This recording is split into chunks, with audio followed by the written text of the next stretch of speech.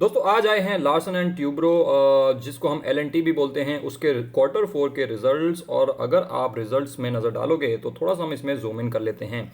अगर हम revenue from operations पे नज़र डालें तो रेवेन्यू फ्रॉम ऑपरेशंस आप देख सकते हो 58,000 करोड़ एज अगेंस्ट 52,000 करोड़।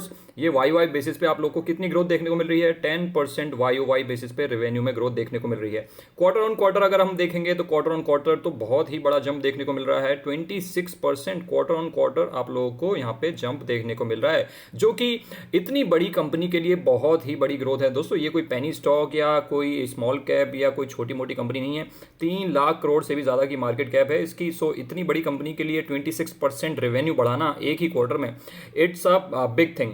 अगर हम इसके प्रॉफिट पे नजर डालें तो यहाँ पे आप देख सकते हो नेट प्रॉफिट आफ्टर टैक्स, क्योंकि यहाँ पे कोई भी एक्सेप्शनल आइटम नहीं है इसीलिए हम नेट प्रॉफिट पे नजर डालेंगे। वो आया है 4,446 करोड़ एज अगेंस्ट 4,006 करोड़। यहाँ पे कितनी ग्रोथ है? 11% की ग्रोथ यहाँ पे वाई बेसिस पे प्रॉफिट में देखने को मिल रही है हम लोगों को। और क्वार्टर ऑन क्वार्टर बेसिस पे तो और भी ज्यादा ग्रोथ है। कितनी है?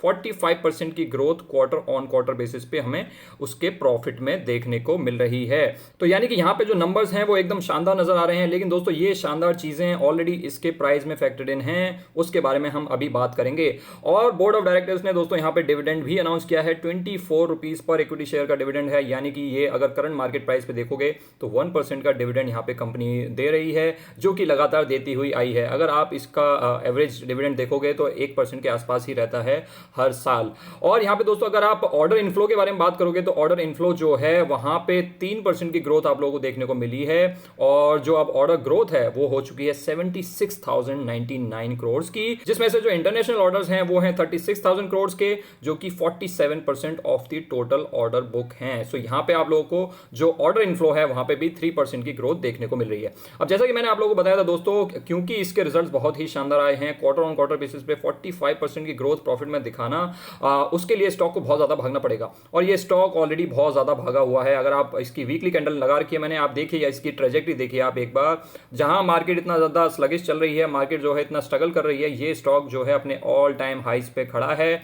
और आई डोंट नो दोस्तों आप लोगों को याद है या नहीं, कोविड में हम लोगों ने इसको 900 पे खरीदा था। आप लोगों को याद है? अगर आप लोगों को याद है, अगर आप इस चैनल को पिछले 3 साल से फॉलो कर रहे हो तो नीचे कमेंट सेक्शन में कमेंट करके बताइए कि आपको याद है हम लोगों ने इसको 900 पे खरीदा था। और अभी ये जो स्टॉक है वो अभी 2300 2400 के आसपास पहुंच गया है, अपने ऑल टाइम हाइस के आसपास चल रहा है। और उसका कारण है इसके शानदार रिजल्ट्स और शानदार इसकी ऑर्डर बुक। लगातार इनको बड़े बड़े ऑर्डर्स मिलते रहते हैं। 20,000 करोड़ का जो हाईवे है वो डेवलप करने के लिए अभी रिसेंट बजट में गवर्नमेंट ने इनको प्रोजेक्ट दिया था। सो बहुत सारे प्रोजेक्ट्स को ये ग्रैब करते रहते हैं। अगर मैं इसमें डेली कैंडल्स लगाऊं तो डेली कैंडल्स पे भी आप देख सकते हो अपने ऑल टाइम हाई पे खड़ा है और 2400 पे इसको स्ट्रॉन्ग रेजिस्टेंस मिल रहा है। 3-4 कैंडल्स में इसको मिल चुका है। तो मुझे ऐसा लगता है दोस्तों इसके जो शानदार रिजल्ट्स आए हैं वो ऑलरेडी इसके प्राइस में फैक्टर्ड इन हैं। अब यहां पे इसमें एक छोटी सी प्रॉफिट बुकिंग आनी चाहिए, जिससे कि जो रिटर्न्स हैं वो थोड़े से एवरेज आउट हो सकें और यहां पे कुछ लोग प्रॉफिट बुकिंग कर सकते हैं, ऐसा मेरा मानना है। रिजल्ट्स अच्छे हैं, नो डाउट, इसमें कोई डाउट नहीं है।